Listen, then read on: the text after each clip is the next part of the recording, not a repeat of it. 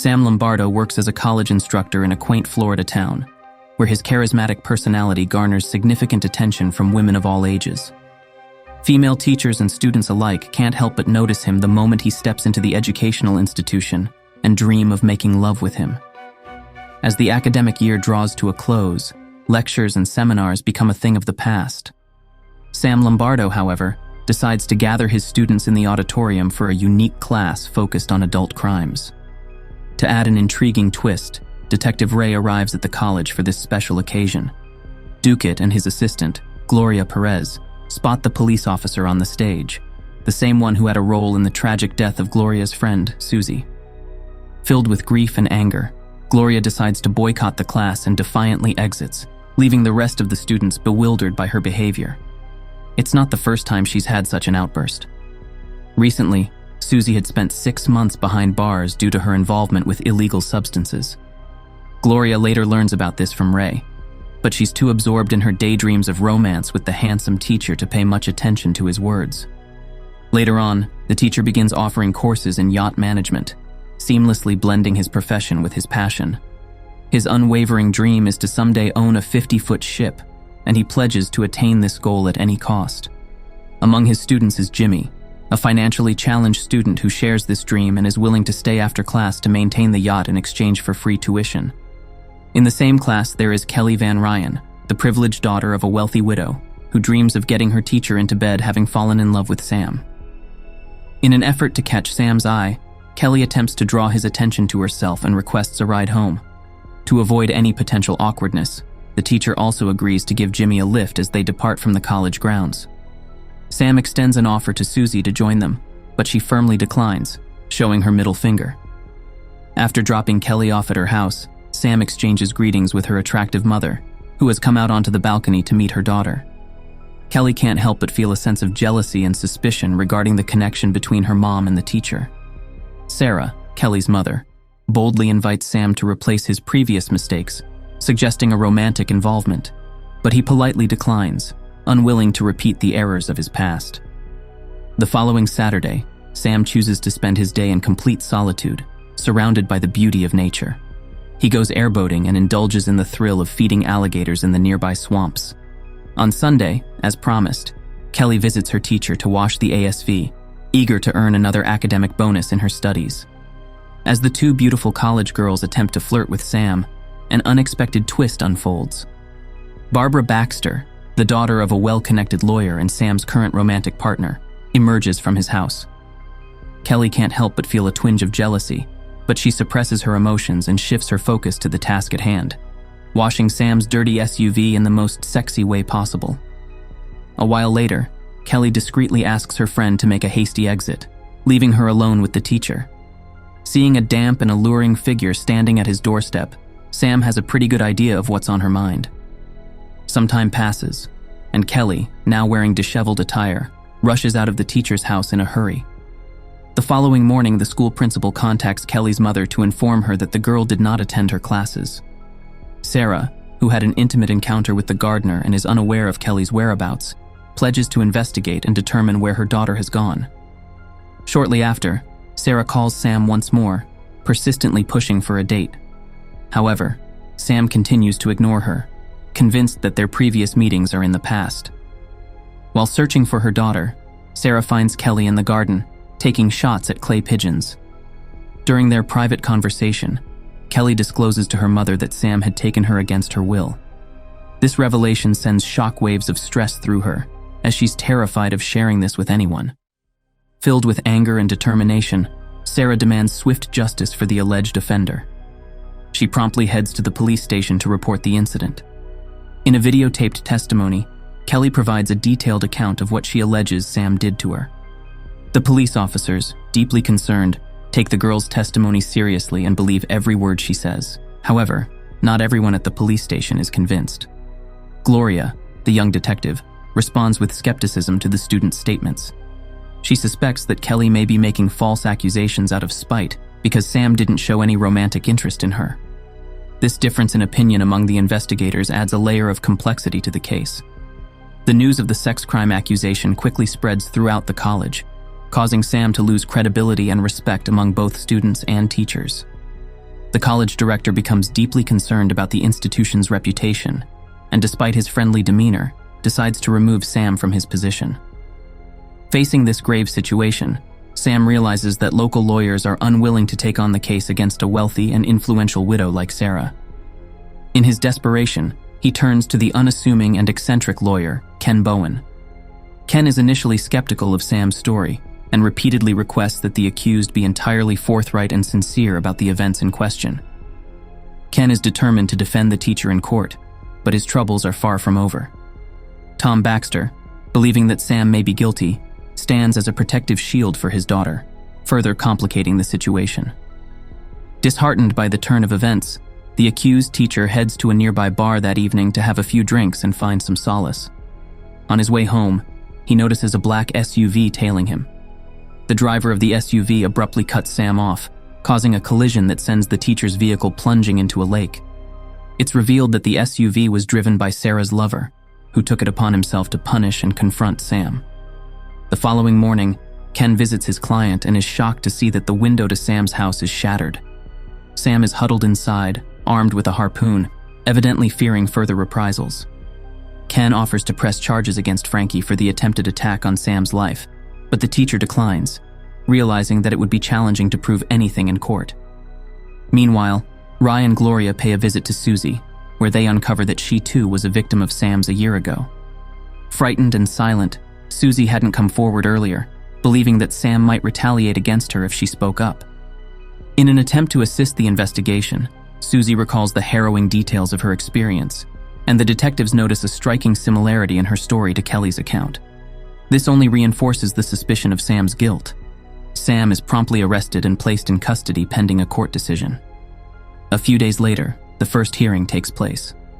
During the trial, Kelly shares her story and expresses remorse for not coming forward sooner due to her modest nature.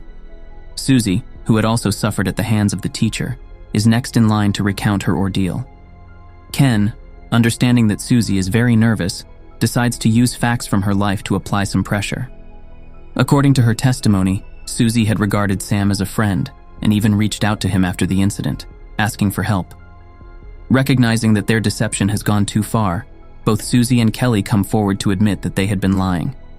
They reveal that their motives were driven by a desire for revenge against the teacher who had betrayed their friendship, ignored their sympathy, and neglected the affections of a beautiful student. It becomes clear that their scheme to incriminate Sam has fallen apart. Kelly attempts to physically confront the student, resorting to a physical altercation and even hurling a glass object in her direction. However, these actions only serve to strengthen the teacher's claim of innocence. Tom, leveraging his position as a lawyer, takes steps to ensure Kelly avoids legal repercussions. This is due to the fact that the student had given false testimony under oath, which could potentially lead to several years of imprisonment. Sarah insists on putting the victorious newcomers in their proper place after the trial, but the lawyer clarifies that this is unfeasible. Furthermore, the newcomers will be required to pay compensation for damaging the girl's reputation. Shortly thereafter, Ken and Tom convene to discuss a financial settlement that could mitigate the harm inflicted on Sam's reputation. A couple of days later, a meeting occurs at the lawyer's office, where Sarah issues a $9 million check to the teacher. It becomes evident that returning to work won't be possible for Sam, leading to Sam's decision to resign. On their way out of college, Kelly encounters the teacher and delivers a menacing threat by shattering the award for the best teacher of the year. In the evening, Sam returns to the hotel, where they've taken refuge to escape the prying eyes of journalists. However, Sam senses that someone has been in the room. It's revealed that Kelly has been hiding in the room and has concealed an unfamiliar object under a towel. In her hands, she holds a pre-prepared bottle of champagne, intended for celebrating a significant milestone in their life. As it unravels, Kelly and Sam are not just lovers, they are partners in crime, working together to legally deceive a wealthy widow and abscond with her fortune. Susie also joins the couple, and they kiss, after which they decide to have a little fun and make love together. The detective delves into the former teacher's financial transactions and uncovers that he received a sum from Sarah as compensation.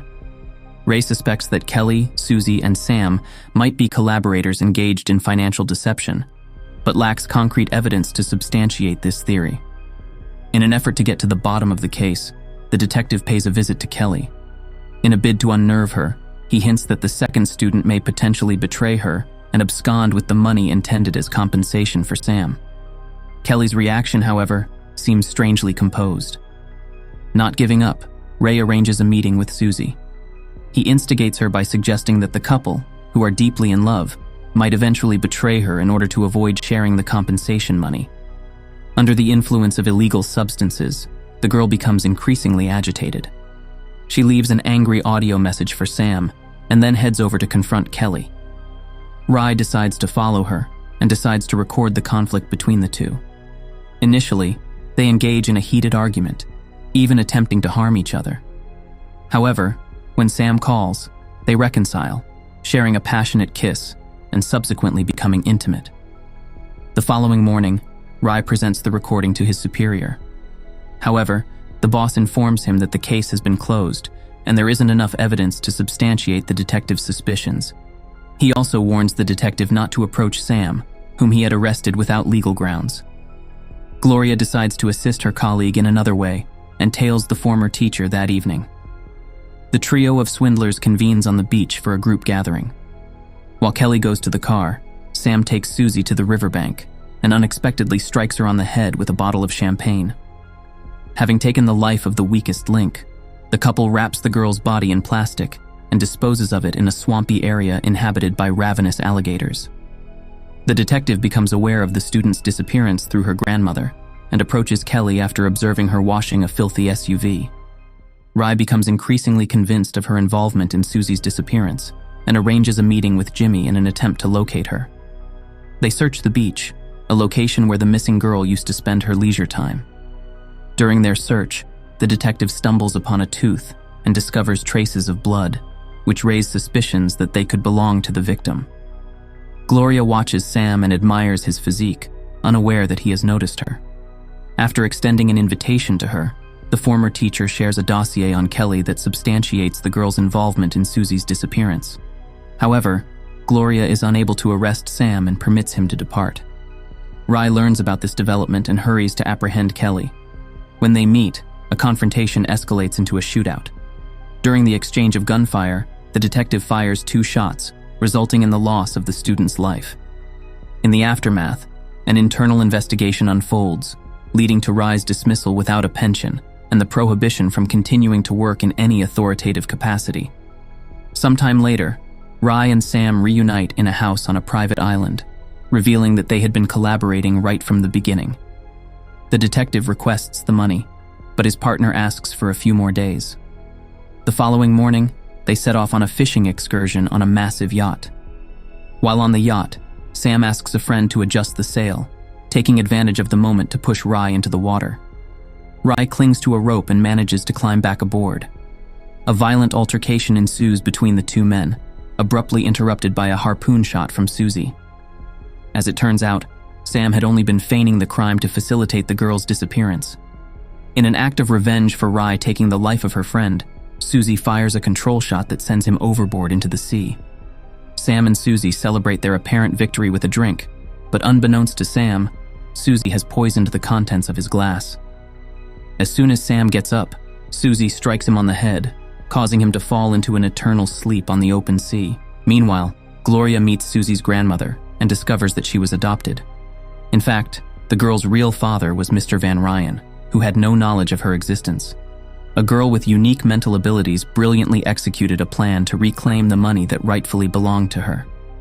It's revealed that Susie had her own yacht and was skilled in sailing them. Shortly after, Susie meets with an eccentric lawyer and receives the cash she needs to start a new life.